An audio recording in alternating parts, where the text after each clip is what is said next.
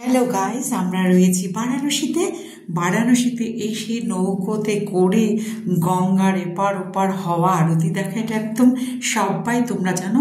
তো মাঝপথে নৌকো এসে যদি নৌকো কোনো কারণে নষ্ট হয়ে যায় তখন কি অবস্থা হয়? নৌকো নষ্ট মানে নৌকোর ইঞ্জিন থেকে হঠাৎ করে ধোঁয়া। আমরা যেই বোটটিতে বসেছি সেই বোটটি মাঝ গঙ্গায় যাওয়ার পরেই কিন্তু এই দুর্ঘটনাটা ঘটে। তো আমি তো ফ্রেন্ডস ভীষণভাবে ফটো ভিডিও সব তুলছিলাম, তো হঠাৎ করে একটা গন্ধ নাকে এলো, দেখতে পাচ্ছি ইঞ্জিনটা তো মাঝখানেই থাকে, ধোঁয়া বেরোচ্ছে। সঙ্গে সঙ্গে তো বোট থেমে গেল, সবাই আমরা ভীষণ দুশ্চিন্তার মধ্যে পড়ে গেলাম। দেখতেই পাচ্ছ মাঝ গঙ্গায় কিন্তু বোটগুলো একটা করে যাচ্ছে, একটা করে আসছে, মানে গুণে শেষ করা যায় না। তো এই মতো অবস্থায় ভীষণ আমরা ভেঙে পড়েছিলাম। তো দেখো, আমাদের এটা প্রথম অভিজ্ঞতা, আর এরকম হলে কিন্তু নার্ভাস হওয়ার কিচ্ছু নেই। আমাদের বলে দিলেন আপনারা সবাই কিন্তু শান্ত হয়ে বসে থাকুন।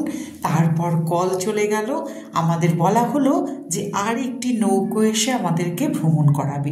তো দেখো, তারা কিন্তু তেল ঢেলে চেষ্টা করলো, মানে স্টার্টও হলো, তারপর আবার কিন্তু এই দুর্ঘটনার কবলে আমরা পড়লাম। হঠাৎ করে নৌকোটি কিন্তু আবার বন্ধ হয়ে গেল মাঝ গঙ্গায়। তো কিচ্ছু করার নেই, চুপচাপ সবাই শান্ত মন নিয়ে কিন্তু বসেছিলাম টেনশানে। তো ওনারাই বললেন কোনো ভয় করবেন না, সবাই একটু দৌড়ি দাঁড়িয়ে থাকবেন না, নৌকোর মধ্যে হুটোপাটা করবেন না। তো এইরকমভাবে কিন্তু আমরা সবাই তার কথা শুনে আমরা বসেছিলাম। দেখো, আমাদের মুখগুলো দেখে মনে হচ্ছে আমরা কতটা টেনশানে আছি। আর সবাই বোটের মধ্যে আমাদের যারা ছিল তারা ভীষণ আনন্দ করছিল।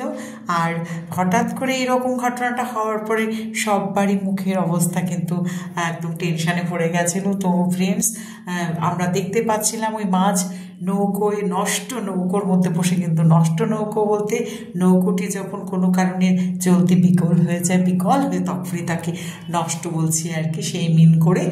আর দেখো, সব যখন যাচ্ছে কি সুন্দর দেখতে লাগছে, জলের ওপর দিয়ে গুণে শেষ করতে আমি পারিনি। যতক্ষণ ছিলাম আমি কিন্তু নৌকোগুলোকে গুনবার চেষ্টা করছিলাম, লঞ্চগুলোকে। কোনোটা দোতলা ছিল, কি অদ্ভুত সৌন্দর্য!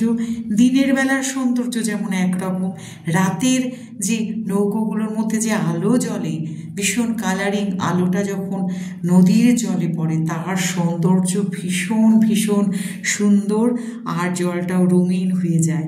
তো দেখো, এইভাবে কিন্তু আমাদের কিছুক্ষণ সময় কেটে গেল, যতক্ষণ না পর্যন্ত আর একটি নৌকো আসছে আর ওই নৌকোয় আমরা উঠছি, ততক্ষণ পর্যন্ত আমাদের শান্ত হয়ে কিন্তু বোটের মধ্যে বসে থাকতে হলো।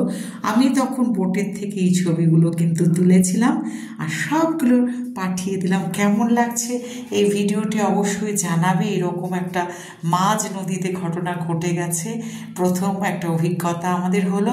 দেখো, সবাই আমাদের টিমের কিন্তু বসে আছে, আর আমি কিন্তু একা সব্বার ছবি তুলছি, ফটো তুলছি।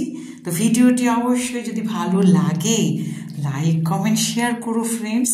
আর এইরকম অভিজ্ঞতা তোমাদের থাকলে অবশ্যই তোমরা শেয়ার করবে।